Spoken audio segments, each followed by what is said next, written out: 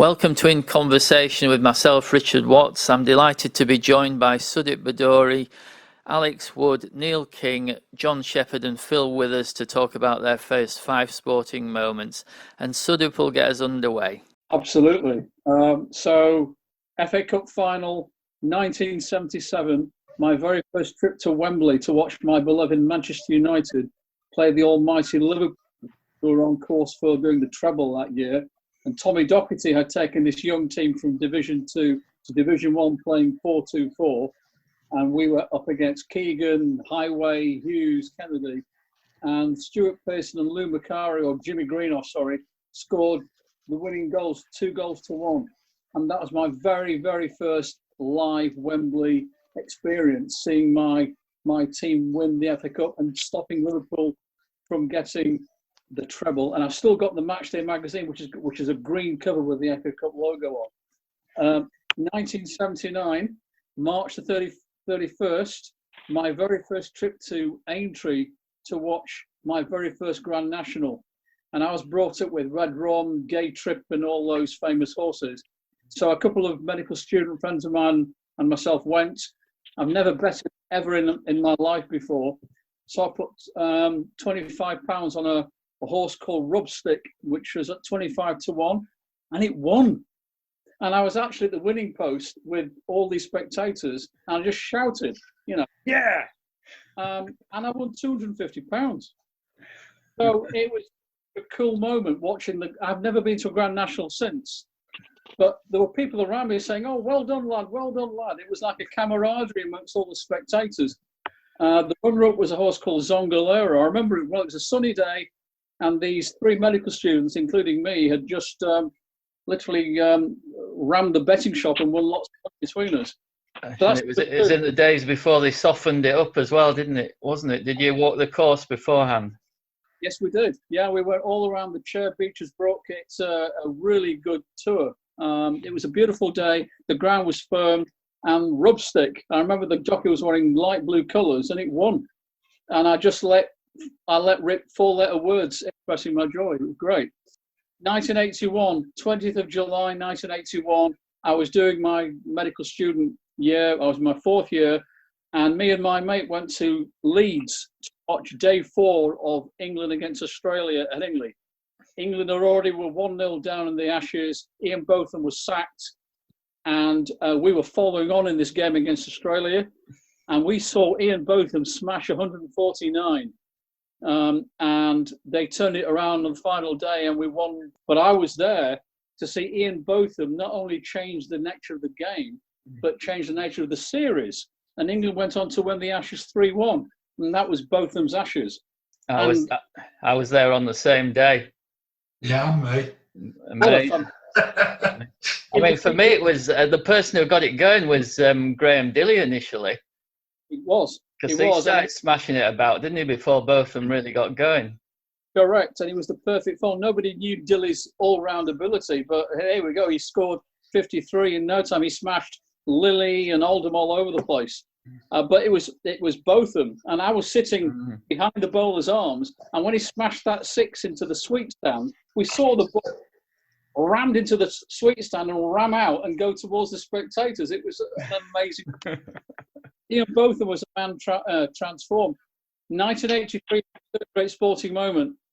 It was the Cricket World Cup final. It was the 3rd World Cup in this country, and West Indies were clear favourites.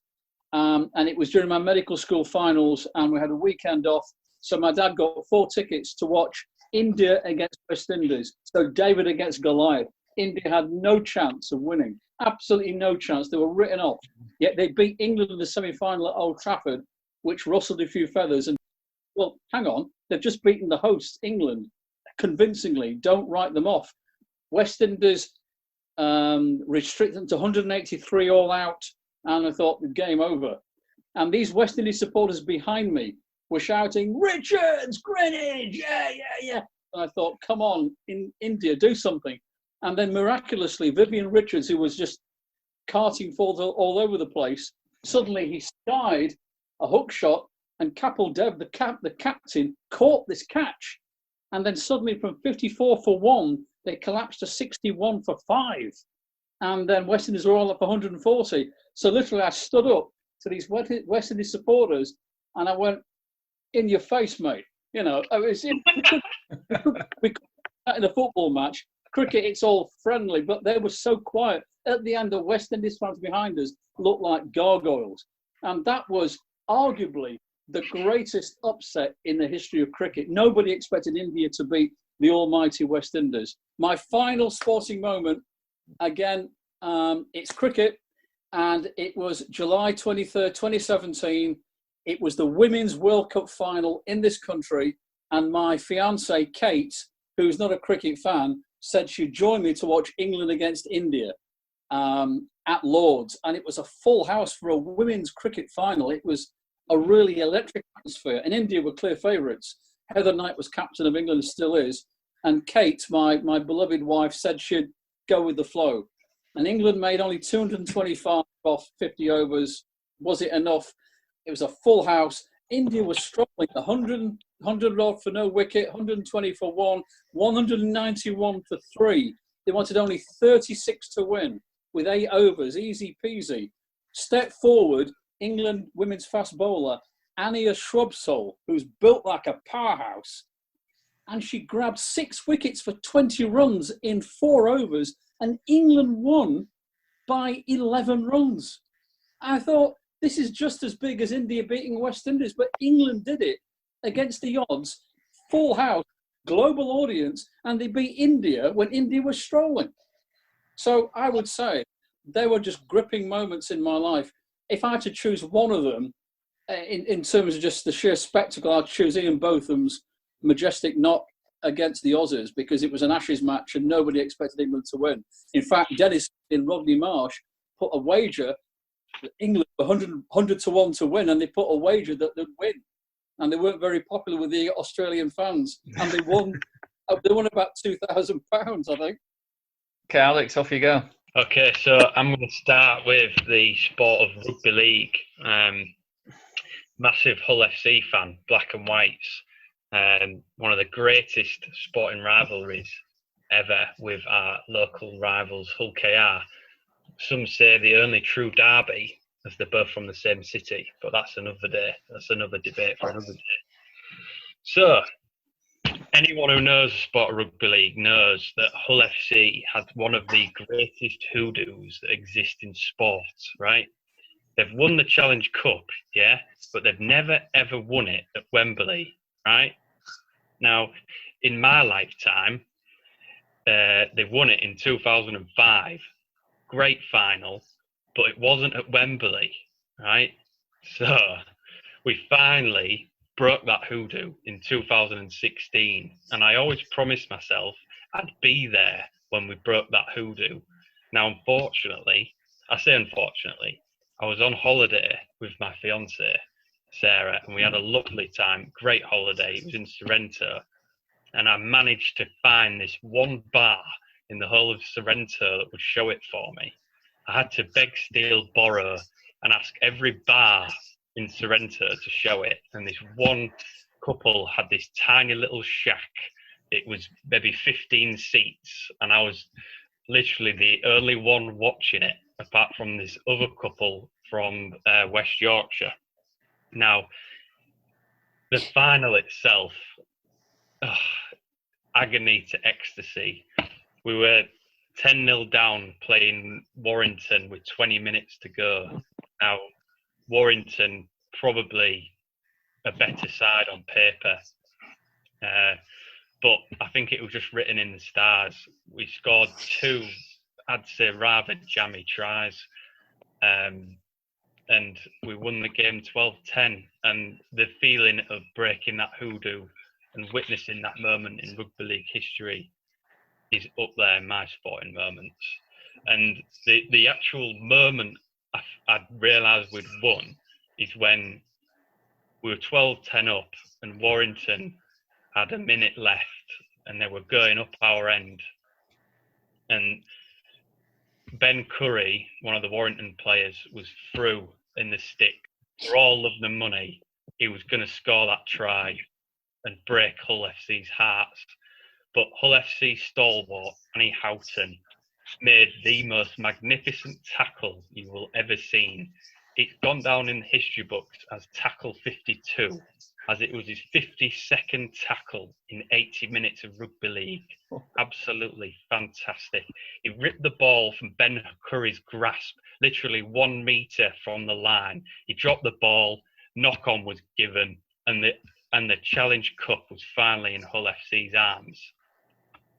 I'll give you a moment to reflect on that. I'm out of breath just speaking about it. Right, the second one I'm going to talk about, I'm moving on to cricket again.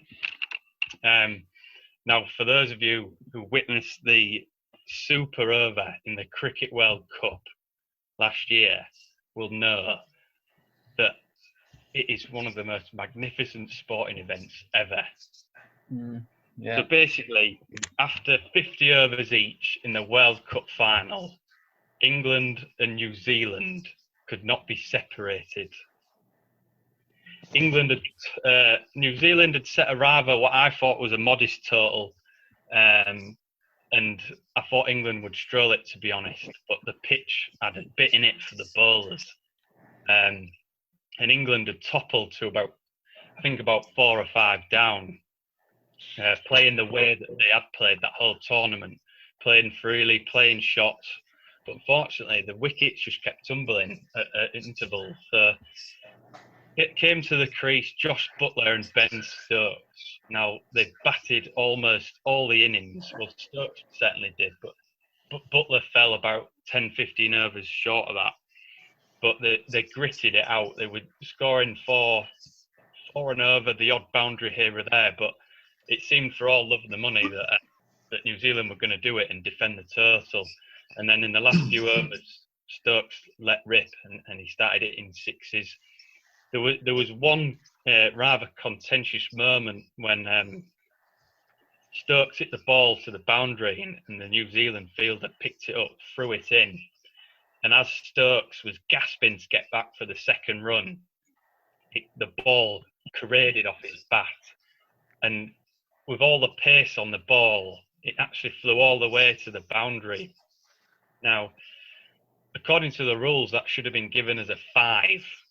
1 for the run that they'd scored and an extra 4 off the ball going to the boundary. But the umpires actually give it 6, counting Stokes' second run. Very contentious, you might say, as New Zealand would have won the game by 1 run by all rights. But again, I think it was written in the stars for England to win this. You know, they'd played a fantastic tournament, semi-final against India, who was smashing the ball all over the place this tournament. And for all of the money, I thought they was going to win it, to be honest. And then the super over itself. I mean, I didn't even know that this was a thing. But if the ties are drawn in a World Cup, do an over each, and that tests your heart rate. You know, tests your blood pressure, tests a lot. England were sent out to bat first, and you get to choose your 2 batsmen. Obviously, the sensible choice was Buttler and Stokes again. I think Buttler hit 1-4. I think Stokes hit a 3.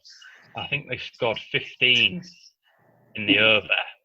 And then we decided to bowl Jofra Archer for our over, a fast-paced bowler originating from the West Indies, I think, but plays for England. And he's a good Sussex lad. Yeah.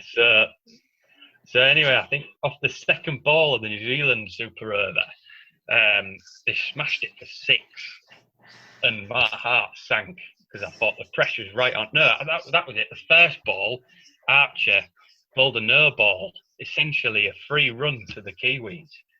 And I think the second ball went for 6, and you know, at this point, the ball's really in New Zealand's court. But somehow they managed to keep the runs down to 1s and 2s. And then that final moment where they needed 2 to win, and they had to get the 2, otherwise England would have won, because England hit more boundaries in their 50 overs Otherwise, England would have won, but based on that. So anyway, they had to hit 2 to win, and if Archer bowls this ball, and I think if the New Zealand batsman leaves it, it's given us a wide, essentially giving them an extra run. But anyway, with the pressure of the situation, he hits the ball to the fielder. Jason Roy it is. Roy, under this immense amount of pressure, picks this ball up, launches it towards Buttler at the wicket keeper's end. In all honesty, not an accurate throw. It was halfway down the pitch. But this moment where Buttler reaches out both his hands, grabs them above head's height, and swings himself round, smashes the bails off. And the Kiwi commentator, I forget his name, but what a fantastic commentator he is. Ian Smith. Ian Smith, that's the one. He made a massive contribution to that final, and his commentary was absolutely outstanding. And his line was, I think, they've done it! England have won the World Cup! Honestly, it was at least 3 or 4 hours of agony and ecstasy, you know, and I'll never forget it, watching it in my living room. And, you know, England have been close in major tournaments in one-day cricket, but it was all worth it for that moment. Right, I'm going to move on to football now. My beloved Hull City. Hull City never been in top flight ever.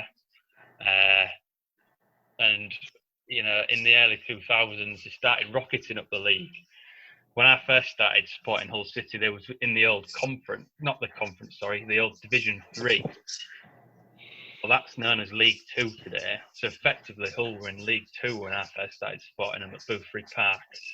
Now, they won back-to-back promotions from League 2 to League 1, or the old Division 2, and then League 2 to League 1 to the Championship as it is today.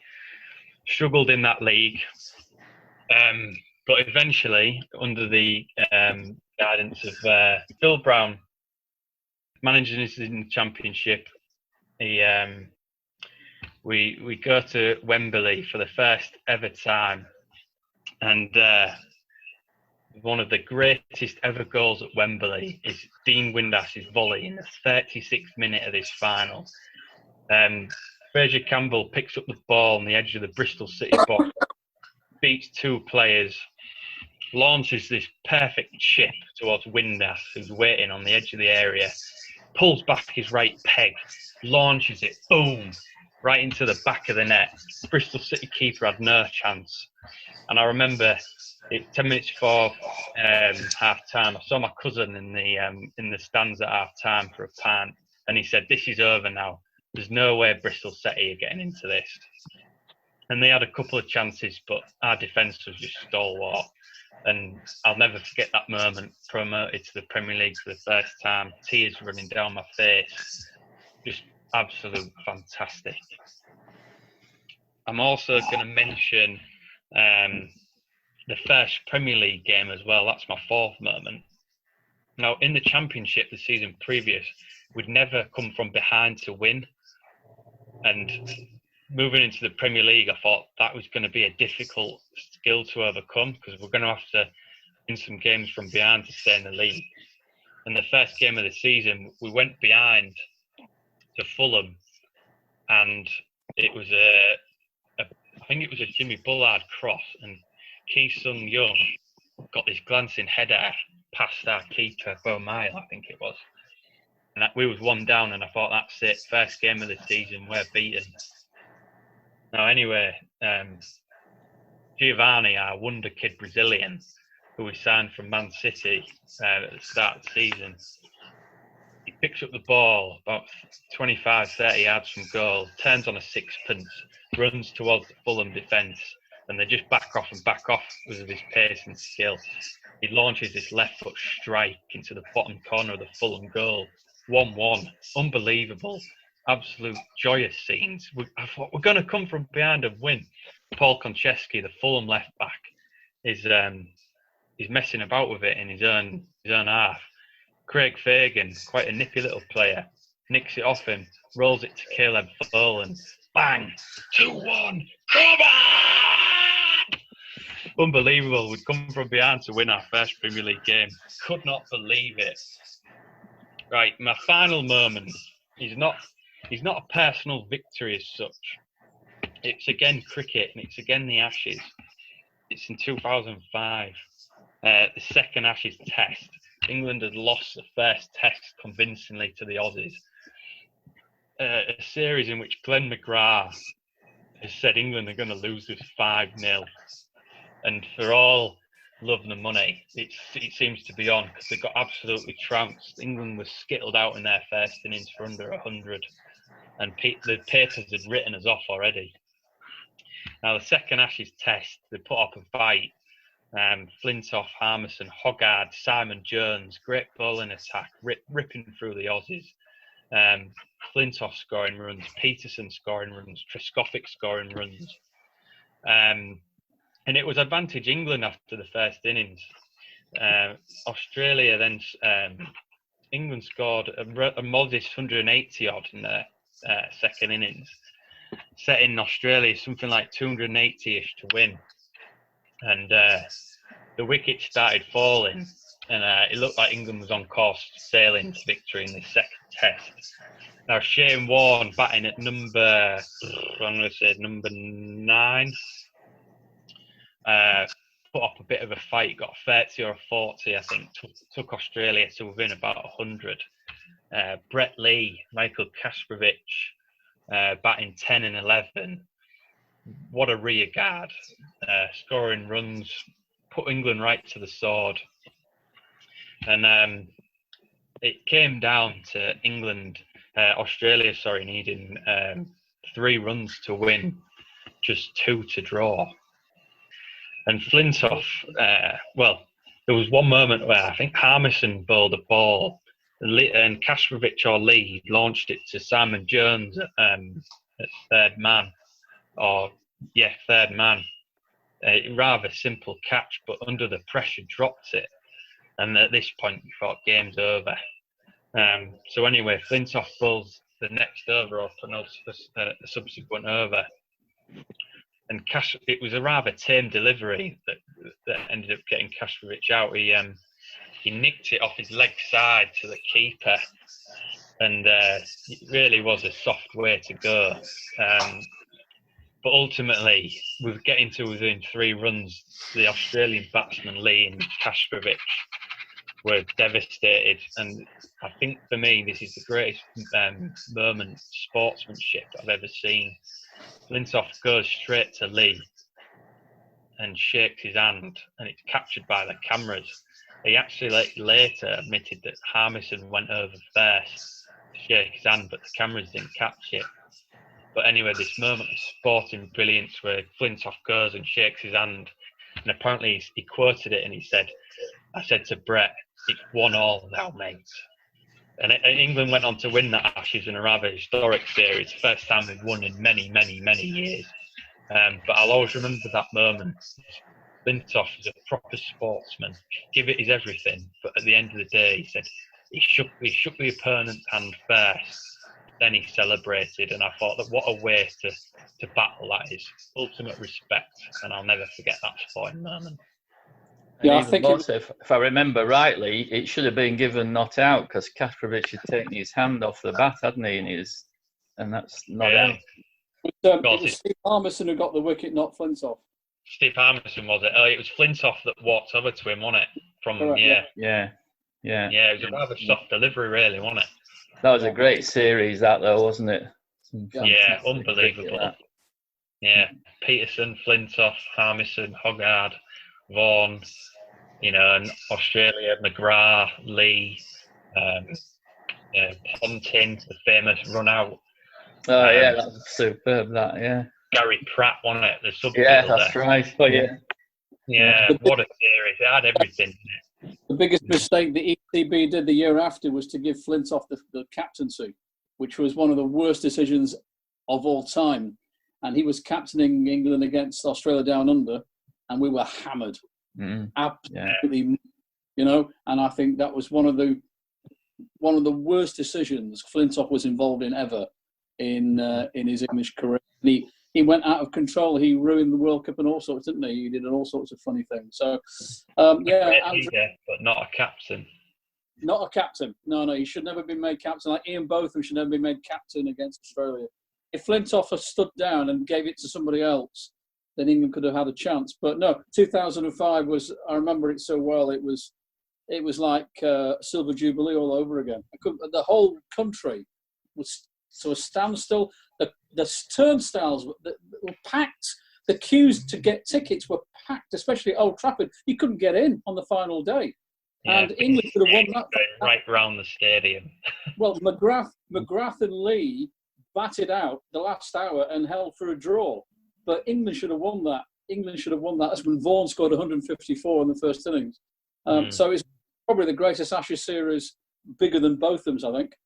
Do you want to go next, Neil?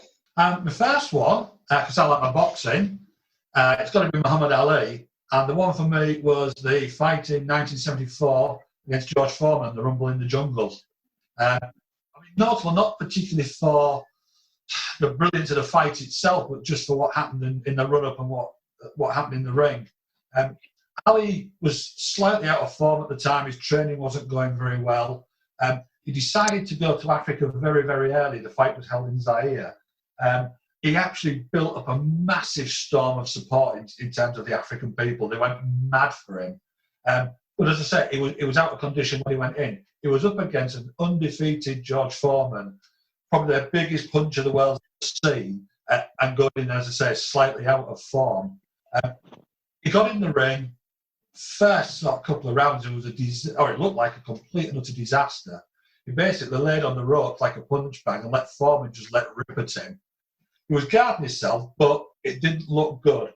And this went on for round after round after round. In fact, at one point, Ali's started to look like they were going to throw the towel in. They're that worried about him. As I said, every so often he'd come off, chuck a couple of punches in. They seemed to be doing some good, but then back on the ring again. So basically, as I say, he laid on those ropes, up to the sixth round, when he started to look a little bit livelier. But by that time, the commentators had written him off. The whole world had basically written him off. He'd come back after, I think it was his third comeback. It was always seen as the one comeback too many. Gets to the seventh round, he pops out probably a minute towards the end of the round. And surprised everybody by starting chucking punches in that nobody expected. Comes out for the eighth, spends another 10 seconds on the ropes, at which point, like somebody put a light switch on. He came out, he knocked 7 colours out of Foreman. He absolutely, in fact, he knocked him out. And he came out at this, and he called it rope-a-dope. He'd figured out he couldn't actually outbox the guy who could punch as heavily as that for those rounds. He knew that he had the legs on him to go the distance. So the only sort of tactic he could come up with was to let him punch himself out. And what he did was he just basically laid on the ropes, defended himself, let this guy punch himself out in massive heat, massive humidity. The only thing he did while he was laid on the ropes was verbal. It was all the time talking to him, giving it, hey, is that all you've got? And he just wound him down and wound him down. It got to that 8th round, and Foreman literally had nothing left. And I've read Ali's book, and what he was saying was, by the 7th round, he could feel his Foreman's heart nearly beaten out of his chest, and he knew he had him at that stage. So for me, that was the greatest fight, I think. It's not for the pure boxing element, but just for somebody not only being physically fit enough to do it, but equally kind of having the sort of tactical brain that gets you through what was an almost impossible situation. The beauty of the fight, of course, was it was in the days when that was on terrestrial television at, something like 9 o'clock at night, and didn't cost you 50 quid to watch it. So that was my first one. I'm kind of a little bit into people who kind of climb big mountains, and you'll see that as I carry on. The second one is the Champions League final of 2005 between Liverpool and Milan. Liverpool went into it looking very much odds on to do some good with it. They'd had a really good run in, got to this game, and it was an absolute disaster. They were playing as if they'd never played football before. And cutting a very long story short, by the time it got to half-time, we're 3-0 down. And in the UEFA Champions League, particularly final, that's it. It's over. It's all done for. God knows what Rafa Benitez did at half time, because they came out like a completely different side. By the time it got to 90 minutes, 3-3. So it was all set. They managed to go from 3-0 down to 3-3. Absolutely amazing performance. Extra time didn't sort anything at all. Still 3-3 at the end of that. Penalties to decide it. JJ Dudek stops one, Liverpool win. And I mean, it was unbelievable for the Liverpool supporters to actually come from that 3-0 down to actually level it and then went on penalty. It was Ronnie O'Sullivan, I was at the 1997 World Championship, where he did that astonishing 147 in just over 5 minutes, 5 minutes and 20 seconds. Just to put that into some sort of perspective, that works out at 8.8 seconds a shot. Wow. He won, and he knew if he was going to get that there was nearly £150,000 to be won. So not only did he plant those balls in that time, he did it under the pressure of the TV cameras, knowing what was on the line. For me, that's an absolutely astonishing feat of concentration. Only somebody who's utterly naturally talented, but also can get into that zone where, you know, nothing else gets in the way. And it is, I mean, I've seen it before. I saw it a couple of times. George Best did it, where he basically lost his temper and went for it. And you just see that absolute genius come out. So that was a biggie for me. And Cox is getting loads of mentions. It's got to be one of mine, which was his 135 last year. Again, that kind of belligerent over that means somebody goes out there and grits the teeth and goes for it is really important. Although cricket isn't my sport, I actually watch that. It could be my sport if it was played like that all the time. So that was a massive one for me. Yeah. Final one's a personal one, and it's probably the longest one. Not the obvious Hull City story. Basically, it was the 2013 season. We'd been demoted down into the Championship. Played brilliantly all season with 3 games to go. Promotion was on, couldn't lose. It was ours to throw away. And being Hull City, that's precisely what we did. We threw every game away. So I remember going to watch us play Barnsley. It was almost like a triumph parade to get there. All got there, hundreds of buses. We were going to absolutely walk it. Of course, we threw that way and lost it. Gets to the final day of the season, and we're playing Cardiff. Cardiff are already promoted. They bring 5,000 raving Welshmen with them and a couple of our ex-players. And that's always bad news for Hull City because we know what they're going to do to us. Basically, in order to get promoted, all we needed to do was beat them. No result matters. So, gets to the ground. Ex-player Fraser Campbell is roundly booed, given all sorts of amazing songs against him for leaving us and ended up at Cardiff. So loads of stick. He comes out, the first thing he does is stick the ball in the back of the net against us. So we're 1-0 down. Cutting a very long story short, across in Bedfordshire, Watford are playing Leeds. Leeds we hit with a vengeance at Hull. If Watford won, they went up, as long as we didn't win. And halfway through their game, their keeper's injured. So there's a 15-minute delay over at Watford. Now, not only is the tension ramping up at City because we're struggling, but that we're also knowing that even when we're finished, it could be a different answer 15 minutes down the line. So that I can't explain to you just how tense it was in that ground. 23,000 people having heart attacks, at which point the Welsh supporters, bless their hearts, because it was funny, decided every few minutes they're going to start cheering as if Watford have scored. So we're and the whole stand erupts at the other end. We're all going, oh, they're killing us. And then somebody's got the radio. No, it's all right. All the way through. Cut the long story short, we blew every single opportunity to win that game. We missed a penalty. We couldn't do anything. In fact, it was even worse than that because the person serving the penalty was our ex-goalkeeper. So we get to the end of the game, we haven't withdrawn. It's all down to Watford and Leeds. But of course, there's a 15-minute delay. So all the football in the country's finished. We've got a massive crowd full of people. With still the Cardiff supporters taking the mickey at the other end. Get right to the wire, and our main enemy in the football world, Leeds, went and scored against Watford, and we won it and went up. I'm not joking. The tension in that 15 minutes. I mean, you hear about the tension. I've never been in a place where there was literally 18,000 people chewing the fingernails. Sense of relief. It was almost unbelievable. And my son and I went out afterwards. We went afterwards and needed a drink. But the atmosphere, it was like carnival. So it wasn't just the going up, but it was the manner of doing it. And I will never, ever forget, although I preferred our FA Cup final at Wembley in terms of the whole experience, I'll never forget that as an experience of how sport can start to mean that much. It almost felt life and death. It was unbelievable. John, would you like to crack on? Thanks, Richard. Well, one or two of mine have gone already because I had Ali and the Rumble in the Jungle, but I did have a number 6, so I'm going to slip that in as my number 5, and that would be the 2003 World Cup Rugby Union final, the Webb Ellis Cup, and England, the first team from Europe, actually winning the Rugby Union World Cup. And it's just that unforgettable moment because it went to extra time. It went to the last minute of extra time. And then he stepped up, Johnny Wilkinson, and that magic kick. And it just changed rugby union, I think, and the status of the game in this country. And I just thought it was a fantastic moment on TV. So that was my number 5. And sort of, I've done mine in reverse order. So my number 4 choice, not my sport, but something from my childhood, right back in 1985, snooker.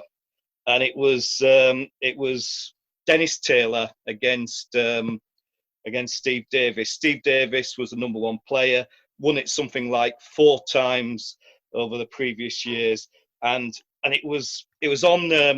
It was from the Crucible. It was on BBC TV, BBC 2, and it went till after midnight. The game just went on and on and on, and it went.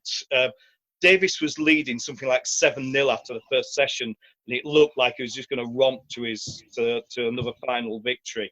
But Taylor ground back into it, got back to 17-all, and after midnight, it was the last game, and it was decided on the final black. And it was watched by something like 18.5 million, which is still a record to this day for a post-midnight TV program. So that would be my number 4 choice. Was that the first time he used those glasses as well, Dennis Taylor? Yeah, something like that. Yeah, it was. Yeah, it was. It was just different, and it was obviously being an Irishman since Higgins. It was just a really great event. My number 3 would be Red Rum and the final historic treble. So 1977, winning the Grand National. I mean, Red Rum had won it in, I think it was 73 and 74, with Brian Fletcher on board, and then came second in 75, second in 76, and it just looked like he wasn't going to do it again. In fact, Ginger McCain sacked, I think, Brian Fletcher because he said he thought Red Rum's best days was behind him. So he put Tommy Stack on board, and Tommy Stack took him to that elusive hat-trick in 77. And I think the whole nation was just behind Red Rum. And, I'm not a horse racing fan, but that one just really, really sticks in the memory. Yeah. Number 2, well, I think it's all over. And it was the World Cup final, that hat-trick, there's just no greater sporting event apart from my number 1, of course. So Jeff Hurst, hat-trick, World Cup final. We've not seen it in this country. We've been close. We're getting closer, but we're not there yet. So, that is just, definitely my number 2. But fresh in the memory, my number 1, I mean, you talk about Botham's asses, but I've just got to go to last year, really, and that cricket final, 2019, by the barest of margins, as Ian Smith said. It was just a super over. And even then they were tied, even after the super over, and they had to go back to the number of boundaries. Stokes got his 50, Butler got his 50. Archer, just coming into the side, and that final over that he bowled, which looked like it was going pear-shaped, but then he pulled it back. Yeah, so that was just, it's just fantastic. I think that again, it's done everything for cricket. Because then we had the Ashes, which was a great series, and again Stokes' series, but it was a summer of cricket last year, and and it's just a shame that we haven't got it now to take it on this year. Ben Stokes final over, brilliant. So that's a really, really quick rush through my 5, and it was a close run call really between World Cup finals. There's 3 World Cup finals in there, but I'd still go for the cricket, I think, because every time I can watch it again and again and again, and I think we'll all be watching it in 20 years' time, what Stokes did last year. Phil? All right, thanks, Richard. Yeah, it's been good hearing people's comments and the memories. I'm taking probably a slightly different approach with mine, in that the events I'm picking really are personal to me, and they bring back many personal memories rather than being necessarily major events that caught the attention all over the country or even all around the world. And the first one, I can't, in all honesty, remember a great deal about it. But 1964, I was 11 years old, first week of the summer holiday. My mum was a silver service waitress working in the dining rooms at Old Trafford Cricket Ground, and she took me down to the ground each day. Test match against Australia, and I can't remember the details, but it was the first sporting event I can ever remember going to. And I was there on my own. Mum just left me in the ground. He could in those days. He seemed to be able to. And watched the game, and I was thoroughly enthralled by it, and the atmosphere, what was going on the pitch. Whether I really understood it at that age, never having been to a game at that level, I don't know. But I've got a copy of Wisden's test matches out here, and looking at some of the events in it, Bobby Simpson, the Australian captain, scored 311. I bet it took him a long time. Yeah, oh, it did. Yeah, I mean, both teams pretty much batted for 2.5 days. Australia got 656 in the first innings, and England replied with 611 in theirs, and the second Australian innings, 4 runs, and that was it. I don't even know why they bothered going out, I suppose.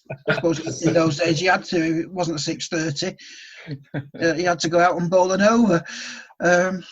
So that's what it was. So I say I don't remember the details, but without looking them up. But it just really set me off on, I suppose, sporting adventure. And even now, I much prefer watching live sport than I do to watching it on television. I've never had that famous channels subscriptions, because I just don't enjoy the game so much when it's live on TV. You just miss something. So going back to the test match though, I didn't realise it at the time. I probably only realise it now, but the Australians had a guy called Tim Vivers who was a spin bowler, and they actually bowled 51 overs unchanged. Oh, God. Now, can you imagine anybody doing that today? And I've been totting up the overs while I've been waiting for my spot, and 538 overs in the game.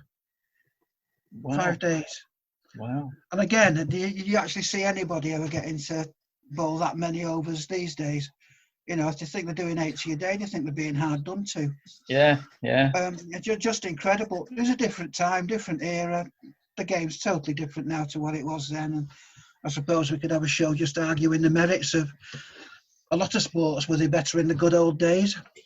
But I say that's just very much a sort of half memory for it, but it sticks in my mind purely and simply because of where it led me.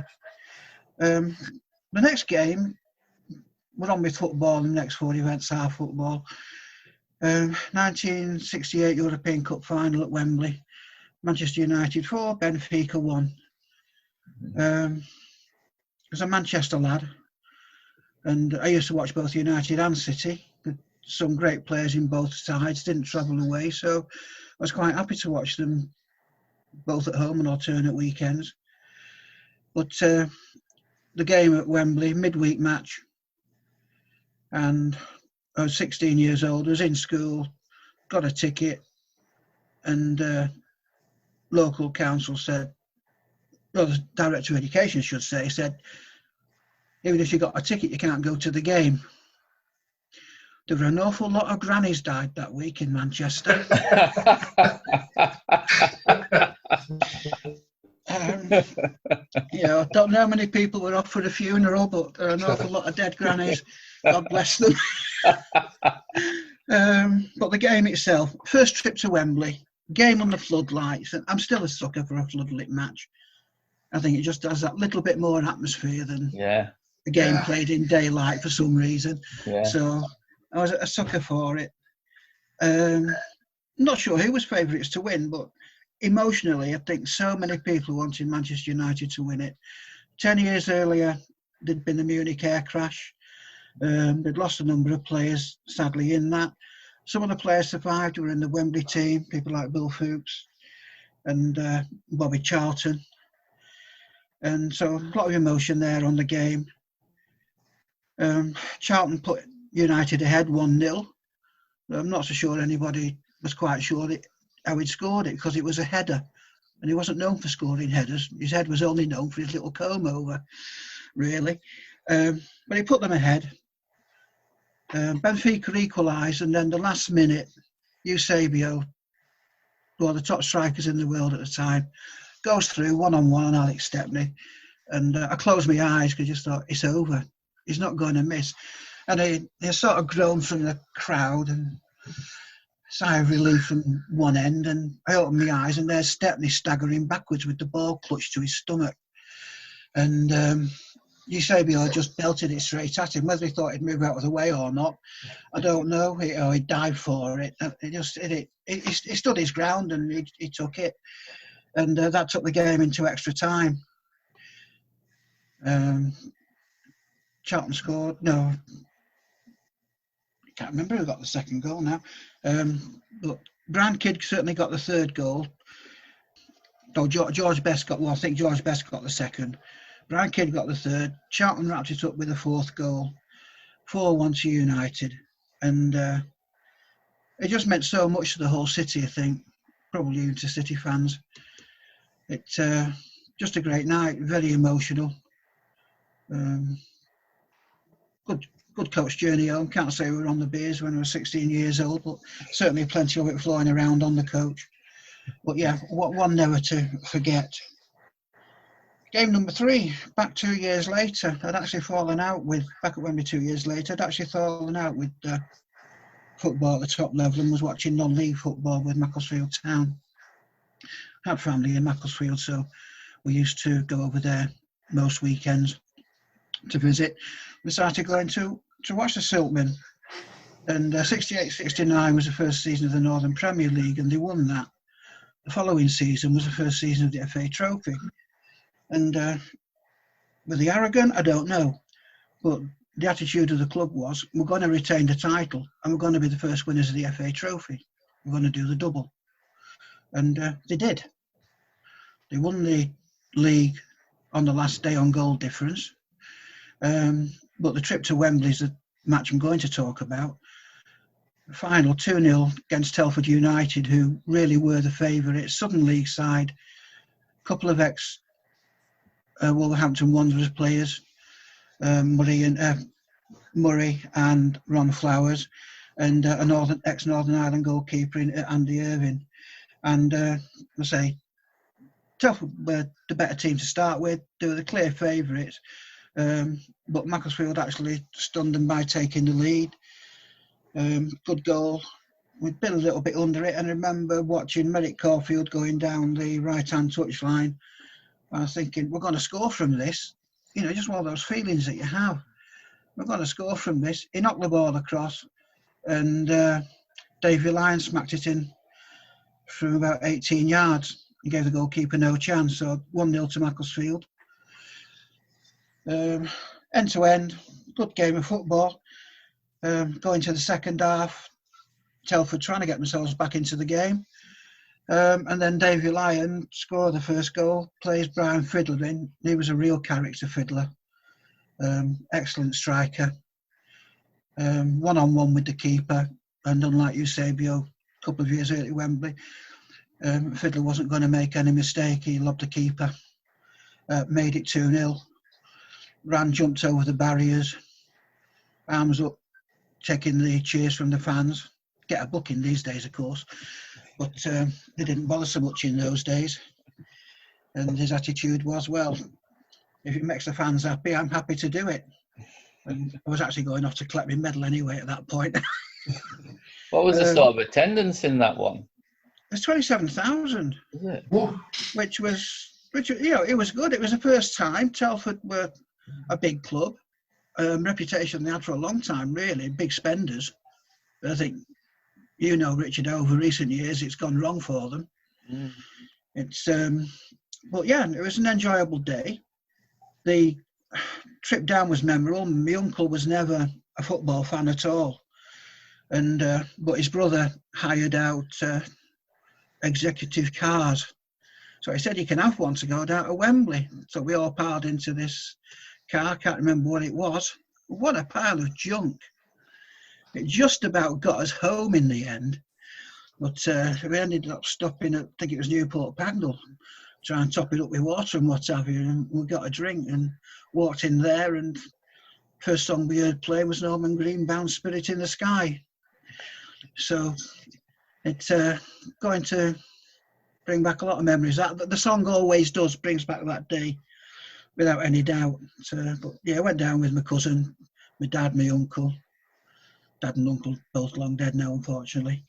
But we enjoyed that. We enjoyed the trip out. Massive event for the city, obviously. The club did the double. The next game, jumping on a long time, 2013, North Ferriby United against Stockport County. First time the two clubs had ever played each other. Yeah. And I've chosen it purely and simply because Manchester lad, lived in Cheadle, which is part of Stockport, and used to watch Stockport quite a lot on and off. And early 2000s, they came very, very close to getting into the Premier League. Second best team in Greater Manchester. And 2013, they were down in what was then called the Skrill North, National League North now.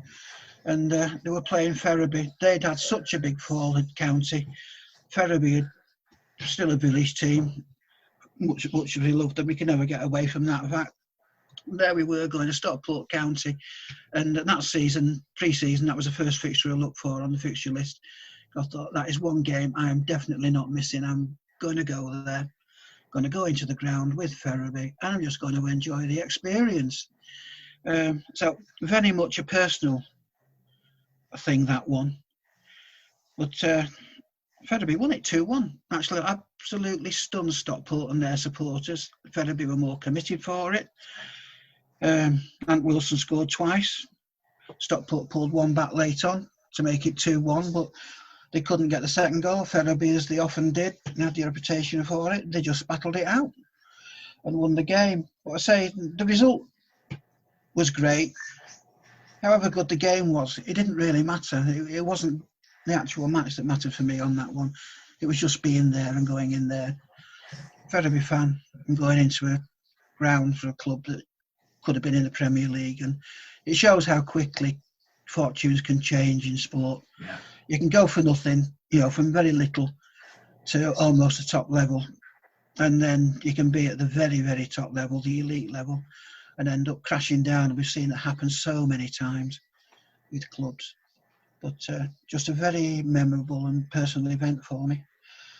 The final game, Ferriby again, probably no surprise, 2015, FA Trophy final.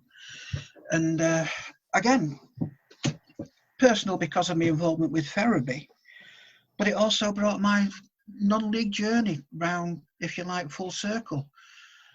Because back with an FA Trophy final with the team who was supporting. 40 odd years ago, before that, it had been Macclesfield. Now it was Ferriby. Wrexham massive favourites to win the tie. Very, very confident they would. The fans very confident they would. Don't really remember, Richard, the pre-match meal before the game. They do a video presentation on both teams. I think we must have had about 4 minutes for hours. And Wrexham, granted, greater history and much more video of them over the years, you know, than photographs with the European nights they had in the 60s and what have you. But theirs seemed to go on and on and on, you know, as though we were an afterthought. Bit of an embarrassment at being there. It went out, you know, not as big a crowd as the 1970 final. A bit disappointing, actually. Wrexham score early on. You think, well, that could be it. Could be the end of the dream. But never knew with Ferriby. They always battled. But second half, Wrexham take a 2-0 lead. You think, okay, we've done well. We've battled. It's a respectable scoreline. And then 14 minutes ago, Ferriby gets a penalty. Skipper Liam Kings scores to make it 2-1. And then Kendall makes it 2-2. I think certainly Ferriby fans thought there's only one winner here, and it's us. We are going to win it, because Wrexham had gone. They'd taken Keats off, who had been running the game. Probably one of the worst substitutions ever made. No disrespect to the guy who came on, but they'd taken the playmaker off on the day, and it totally disrupted their style. Last minute, we thought we'd won it. Danny Clark, tremendous player, never knew when to stop running. He gets the ball, firing a tremendous shot. I don't know how the keeper kept it out. Got his hand on it, turned it onto the bar and saved it. It would have been a tremendous goal, and it would have been a fantastic fight back to go from 2 down and win it 3-2 in normal time. But extra time it was. Kendall puts Ferriby ahead, and then right at the death, Wrexham grab an equaliser to make it 3-3 and take it to penalties. Penalties taken in front of the Wrexham fans, who weren't that happy with the team, to be honest. You'll remember that, Richard. They've been booing them and all sorts. They thought they should have won the game. And Adam Nickling covered himself in glory, 3 great saves in the penalty shootout. And the lad should never have played in the game. He was injured, and he just shouldn't have been playing. But he had a tremendous game for all that. 3 saves, and then Nathan Pete smacks in the last one for Ferriby to win it 5-4 on penalties. So, tremendous day.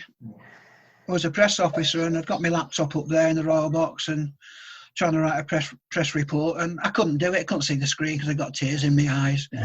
I think the report got written 48 hours later. Not that mattered. Hull Daily Mail had got one, and non-league paper and everybody.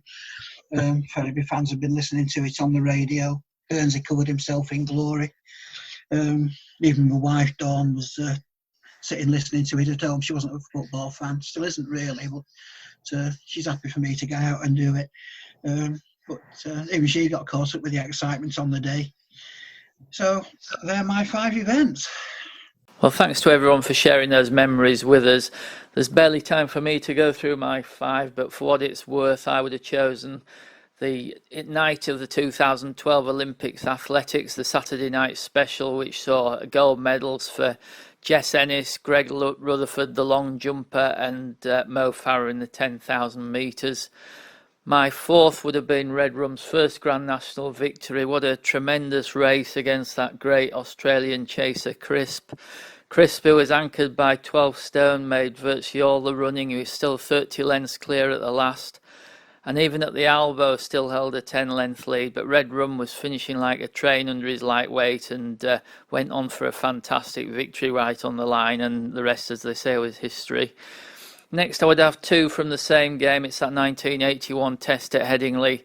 Both of them's magnificent innings, superbly supported by Graham Dilley. And then, of course, on the next day when the game was won, and the late Bob Willis steaming down the hill to take 8 for 43. My number 1 would have to be England winning the World Cup. That's football, of course. England 4, West Germany 2. I was only 2 at the time, so obviously I can't remember the game, but I've seen it many times since. But England winning a football World Cup, it doesn't really get much better than that. Fantastic hat-trick for Geoff Hurst. And that 4th goal is just incredible. Bobby Moore takes the ball down, plays a fantastic ball that Hurst runs onto and finishes it off. Just a great moment.